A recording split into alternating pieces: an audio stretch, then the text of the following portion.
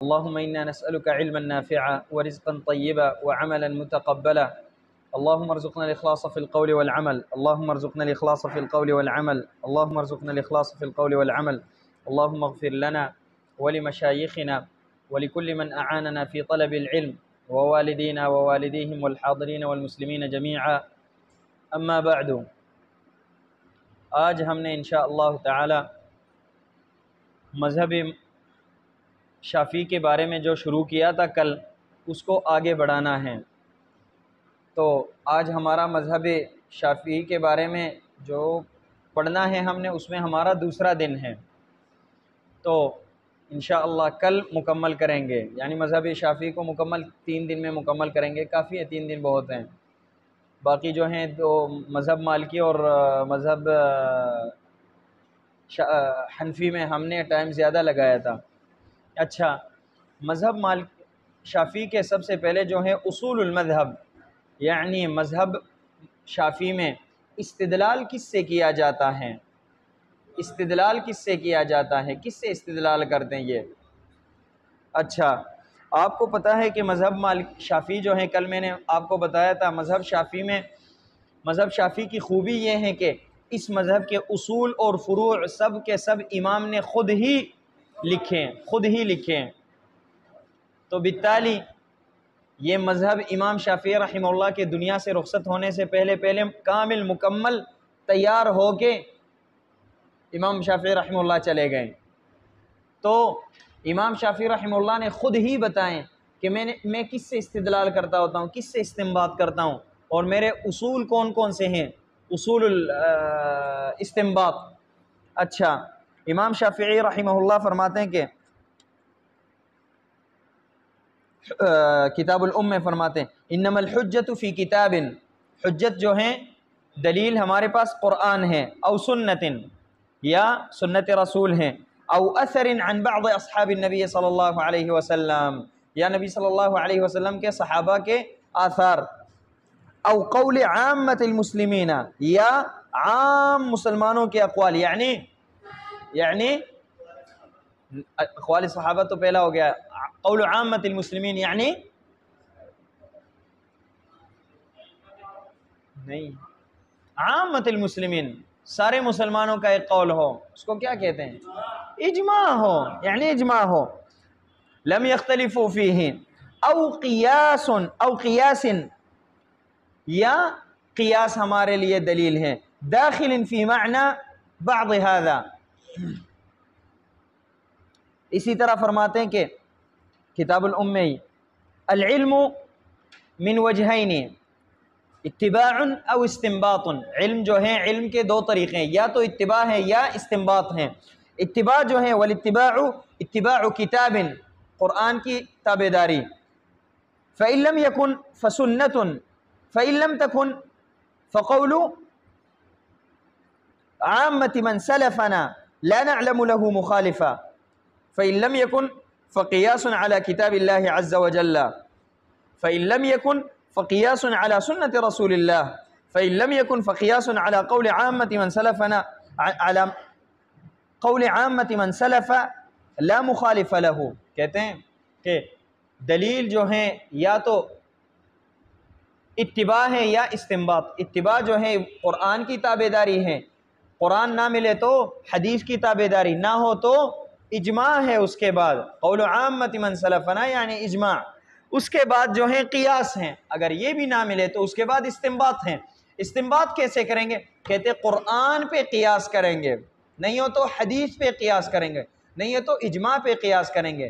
اور اچھا اگر پھر بھی نہیں ہے تو قیاس پہ قیاس کریں گے. نہیں، قیاس پہ کیسے قیاس کریں گے؟ قیاس تو خود قیاس ہے. صحیح ہے. اچھا، تو خلاصۃ الکلام یہ ہے کہ امام شافعی رحمہ اللہ کے نزدیک استدلال کے جو اصول ہیں وہ کون سے ہیں؟ نمبر 1 القرآن، الکتاب. دوسرے نمبر پہ السنہ. اور سنت میں جو ہے امام شافعی رحمہ اللہ خود اپنے زمانے میں 3 فرقوں کے ساتھ مقابلہ کرتے رہے سنت کے باب میں. ایک فرقہ وہ ہیں جو سنت کو مکمل دلیل نہیں مانتے، سنت کو حجت نہیں مانتے، کہتے جو کچھ قرآن میں ہے وہی کافی ہے. اور یہ بات 100% غلط ہیں. ہو ہی نہیں سکتا کہ صرف اور صرف قرآن میں سب کچھ کافی ہے، نہیں، قرآن اور ساتھ حدیث دونوں کافی ہیں۔ میں نے آپ کو بتایا تھا پہلے تدوین السنہ کے دورے میں کہ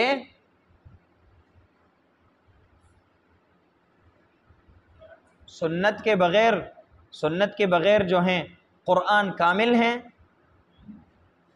قرآن پہ عمل ہو سکتا ہے؟ نہیں۔ اللہ رب العالمین فرماتے ہیں اقیم الصلاۃ، اقیم الصلاۃ پہ ہم قرآن کے سنت کے بغیر کیسے عمل کریں گے؟ آتوا الزکوٰۃ پہ ہم سنت کے بغیر کیسے عمل کریں گے؟ ہاں، وہ 4 حالات جو ہیں قرآن اور حدیث کے آپس میں، وہ میں آپ کو بتا چکا ہوں۔ اچھا، اس کے بعد جو ہے تیسرے نمبر پہ الاجماع۔ اچھا، امام شافعی رحمہ اللہ 3 قسم لوگوں کے ساتھ مقابلہ کرتے رہے اپنی زندگی میں۔ نمبر 1 وہ لوگ ہیں جو احادیث کو سرے سے مانتے ہی نہیں ہیں۔ نمبر 2 وہ لوگ ہیں جو احادیث کو تو مانتے ہیں لیکن زیادہ علی النص کو نہیں مانتے، اور زیادہ علی النص میں نے آپ کو بتایا تھا مذہب حنفی کے بارے میں جب ہم پڑھتے تھے، زیادہ علی النص۔ اچھا، تیسرے وہ لوگ ہیں جو حدیث کو تو مانتے ہیں، زیادہ علی النص کو بھی مانتے ہیں، لیکن خبر واحد کو نہیں مانتے ہیں، یا ایسے کہیں آپ، پہلے وہ لوگ ہیں جو حدیث کو سرے سے مانتے ہی نہیں ہیں، خبر واحد ہو یا متواتر ہو۔ دوسرے وہ لوگ ہیں جو خبر واحد کو نہیں مانتے، باقی متواتر کو مانتے ہیں۔ تیسرے وہ لوگ ہیں جو متواتر کو بھی مانتے ہیں، آحاد کو بھی مانتے ہیں، خبر واحد کو بھی، لیکن اس خبر واحد کو نہیں مانتے جس کے وجہ سے زیادہ علی النص ہوتا ہو، اس کو نہیں مانتے ہیں۔ 3 فرقے ہو گئے۔ تینوں کے ساتھ امام شافعی رحمہ اللہ اپنی زندگی میں مقابلہ کرتے رہے، تو بالتالی ہمیں کیا پتہ چلا کہ مذہب شافعی میں جو ہیں حدیث متواتر پہ بھی عمل کیا جاتا ہے، حدیث آحاد پہ بھی، اور اس حدیث پہ بھی جو حدیث آحاد ہو اور اس سے زیادہ علی النص ثابت ہوتا ہو۔ اصلاً میں نے آپ کو بتایا تھا کہ زیادہ علی النص جو ہیں یہ حنفی اس کو زیادہ علی النص کہتے ہیں، کہ زیادہ علی النص جو ہے یہ نسخ ہیں، حنفی کہتے ہیں، لیکن جمہور کہتے ہیں کہ یہ نسخ نہیں ہے بلکہ توضیح ہے، وضاحت ہے، بیان ہے یہ۔ اچھا، اس کے بعد جو ہیں الاجماع، اجماع کو حجت مانتے ہیں امام شافعی رحمہ اللہ۔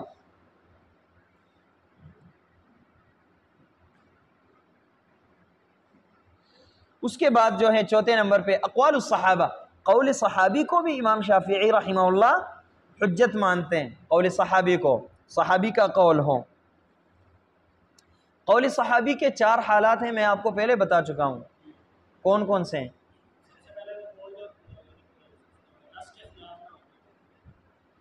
ہاں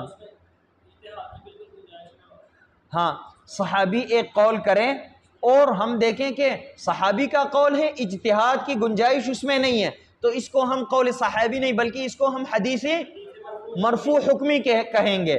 دوسرے نمبر پہ صحابی کا وہ قول ہے جو صحابی کا قول ہو اور صحابہ کے درمیان مشہور بھی ہوا اور اس کے خلاف کسی کا قول بھی نہیں ہے، اس کو ہم قول صحابی نہیں بلکہ اجماعی سکوتی کہیں گے ہم اس کو۔ تیسرا صحابی کا وہ قول ہے جو صحابی قول کریں لیکن مقابل میں کسی دوسرے صحابی کا مخالف قول بھی موجود ہو، تو یہاں پہ ہم کیا کریں گے؟ دونوں صحابہ کے قول کے درمیان ترجیح کریں گے باقی ادلہ کو دیکھ کے۔ لیکن چوتھا وہ قول ہے صحابی کا، صحابی قول کریں اور ہمیں پتہ نہیں چلے کہ یہ قول منتشر ہوا یا نہیں ہوا، مشہور ہوا یا نہیں ہوا، اس میں اختلاف ہے، اس چوتھے میں کہ یہ قول صحابی حجت ہے یا نہیں ہے۔ باقی تینوں میں اتفاق ہیں۔ کس میں اختلاف ہے؟ صحابی کا قول ہو اور ہمیں پتہ نہیں چلے کہ ہاں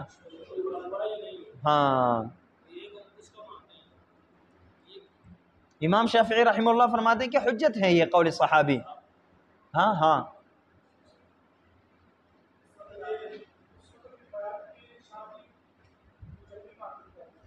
کس کو؟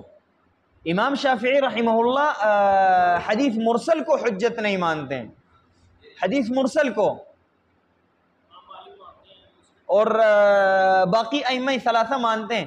امام شافعی رحمہ اللہ قول صحابی کو حجت مانتے ہیں۔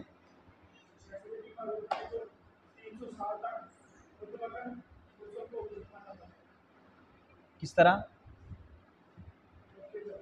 یہ مرسل میں جو ہے پھر تفصیل بعد میں، کیونکہ امام ابو حنیفہ رحمہ اللہ کے زمانے میں جو حدیث مرسل ہو تو ظاہر بات ہے یا اس میں ایک صحابی حذف ہوگا، زیادہ سے زیادہ تابعی حذف ہوگا، اور تابعی بھی وہ تفصیلات بعد میں پڑھیں گے انشاءاللہ۔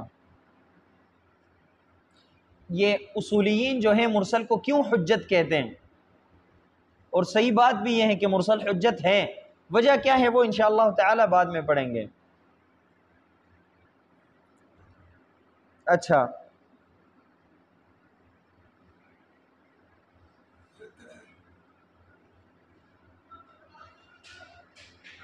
اچھا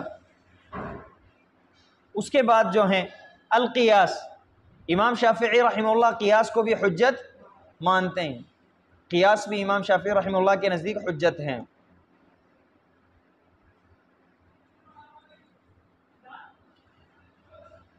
دیکھیں آپ جو کہتے ہیں کہ امام شافعی رحمہ اللہ قول صحابی کو حجت نہیں مانتے ہیں، وعلیکم السلام ورحمۃ اللہ، وہ شاید آپ اس لیے کہتے ہوں گے کہ یہاں پہ کہتے کہ قول الصحابی اذا لم يعلم له مخالف، قول صحابی وہ قول صحابی جس کا کوئی خلاف نہیں ہو، تو ممکن ہے کہ آپ یہ کہیں کہ مخالف ہو تو پھر یا یہاں پہ اجماع مراد ہے جس کو ہم نے اجماع کہا، نہیں، لم يعلم له مخالف یعنی صحابی نے قول کیا، ہمیں پتہ نہیں ہے کہ یہ منتشر ہوا یا نہیں، لیکن اتنا ہمیں پتہ ہے کہ کوئی خلاف کسی دوسرے صحابی کا قول نہیں ہے، حجت ہے یہ امام شافعی کے نزدیک۔ اس کے بعد جو ہیں اہم مصطلحات المذہب، اس مذہب کے جو مشہور مصطلحات ہیں،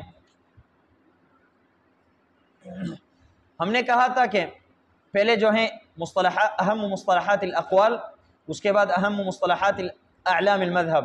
ہم نے کہا تھا کہ امام شافعی رحمہ اللہ جب تک عراق میں رہے تو مصر جانے سے پہلے جتنے اقوال تھے اس کو کہا جاتا ہے مذہب قدیم، قول قدیم، قول قدیم،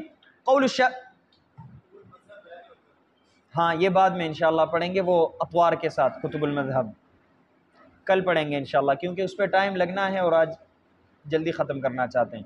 اچھا، القول القدیم، جب مذہبی شافعی میں کہا جائے کہ قول قدیم ہے امام شافعی کا مطلب کیا ہے کہ مصر جانے سے پہلے یہ قول کیا انہوں نے۔ قول جدید جب کہا جائے تو جانے کے بعد، اور مصر میں امام شافعی رحمہ اللہ صرف اور صرف 4 سال زندہ رہے، 4 سال انہوں نے وہاں پہ زندگی گزاری، لیکن 4 سال میں ان کا مذہب اور ان کے اقوال بہت زیادہ مشہور ہوئے، بہت پھیل گئے۔ اچھا، جب کہا جائے کہ هذه المسألة فيه قولان، اس مسئلے میں 2 قول ہیں، مطلب کیا ہے؟ مذہب شافعی میں جب کہا جائے کہ اس مسئلے میں 2 قول ہیں، مطلب یہ ہے کہ امام شافعی کے 2 اقوال ہیں، اس میں شاگردوں کے نہیں۔ اسی طرح جب کہا جائے کہ اس مسئلے میں اقوال ہیں، مطلب یہ ہے کہ امام شافعی کے 2 سے زیادہ اقوال ہیں اور آپس میں سارے معارض ہیں، آپس میں خلاف ہیں ان کا۔ اچھا،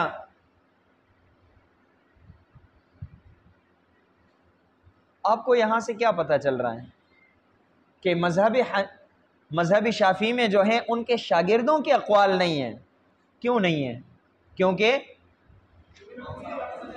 اپنی زندگی میں اپنے فقہ کو لکھ کے وہ چلے گئے۔ اختلاف تو شاگردوں کا تب آئے گا جس طرح مذہب حنفی میں کتابیں بعد میں لکھی گئی، سمجھ شریف میں آ رہا ہے، اور اسی طرح جو ہے مذہب مالکی میں کتاب بعد میں لکھی گئی فقہ کی، لیکن مذہب شافعی کی خوبی یہ ہے کہ کتاب اسی وقت امام شافعی نے خود لکھی، اصول کی کتاب بھی اور فروع کی کتاب بھی۔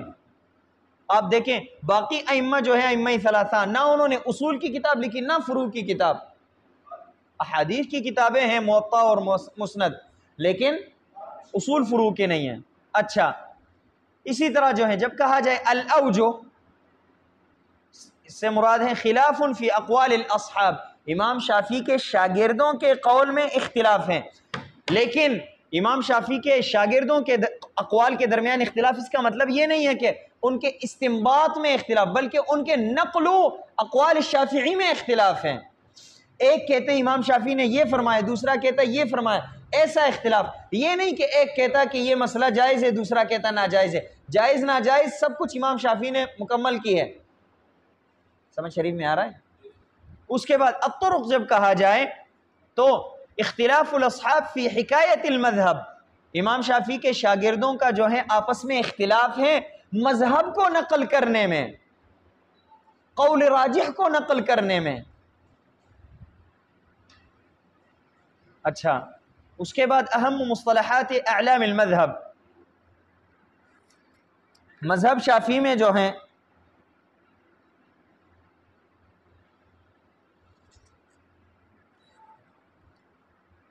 مصطلحات الاعلام، جب مذہب شافعی میں کہا جائے الامام تو اس سے مراد ابو المعالی امام الحرمین الجوینی ہیں، امام الحرمین الجوینی۔ جوینی دو ہیں، ایک باپ کا نام جوینی ہے، ایک بیٹے کا نام، باپ بھی بہت بڑے عالم ہیں لیکن یہ بیٹے جو ہیں یہ ابو المعالی۔ اسی طرح ابو حامد الغزالی جو ہیں وہ انشاءاللہ جب کتابوں کے بارے میں پڑھیں گے اس میں بتاؤں گا،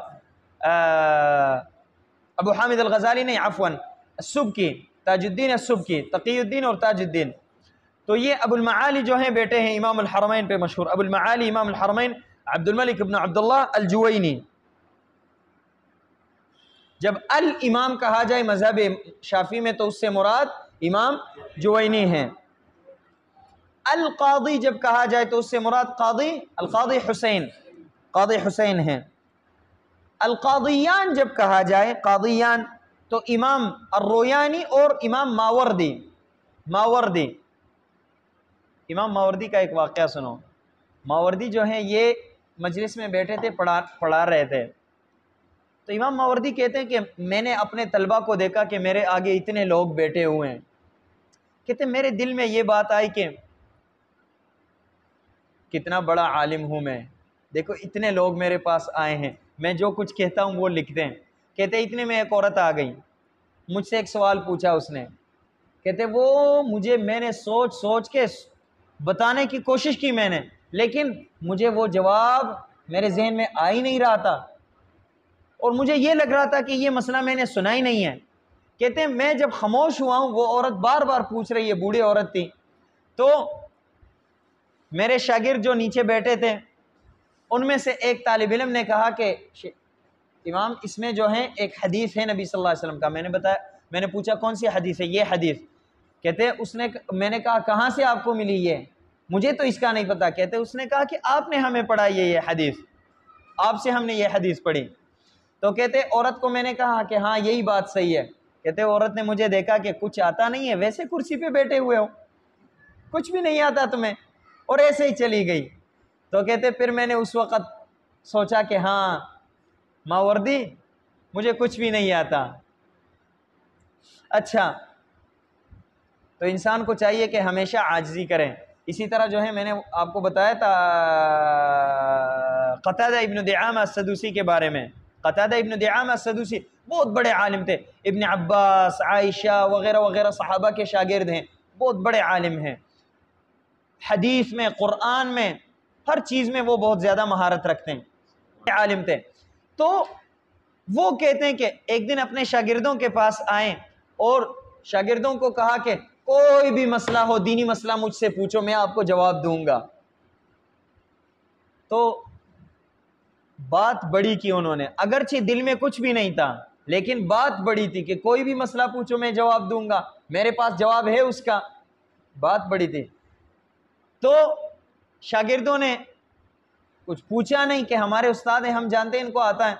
تو جب یہ جانے لگے، یہ نابینات ہیں، آپ کو پتہ ہے قتادہ کے بارے میں، تو جب جانے لگے کہتے میرے جوتے کہاں ہیں، میرے جوتے کہاں ہیں؟ وہ جوتے اپنے ہاتھ میں انہوں نے پکڑے تھے، اپنے ہاتھ میں جوتے پکڑے ہوئے ہیں اور کہتے میرے جوتے کہاں ہیں؟ یعنی انسان یہ دعویٰ کرتا ہے کہ مجھے کوئی بھی مسئلہ ہو مجھے آتا ہے وہ، اور حالانکہ اپنے جوتوں کا اس کو پتہ نہیں چلتا۔ تو انسان کمزور ہیں۔ اچھا، اس کے بعد جب کہا جائے الشیخان، شیخان جب کہا جائے تو اس سے مراد رافعی اور نووی، یہ انشاءاللہ ہم پڑھیں گے۔ دوسرے مرحلے میں جو ہے رافعی اور نووی نے سب کچھ کام کیا، اور تیسرے مرحلے میں جو ہیں وہ پھر دوسرے لوگ ہیں، وہ انشاءاللہ بعد میں پڑھیں گے۔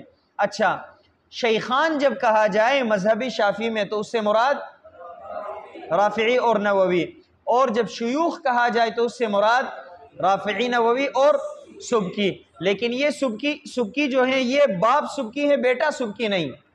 ہاں تقی الدین ہیں، باپ ہیں یہ تقی الدین، بیٹا نہیں، کیونکہ بیٹا جو ہے وہ متاخر ہیں اور بیٹے نے بھی کافی کتابیں لکھی، لیکن مراد یہاں پہ باپ ہیں.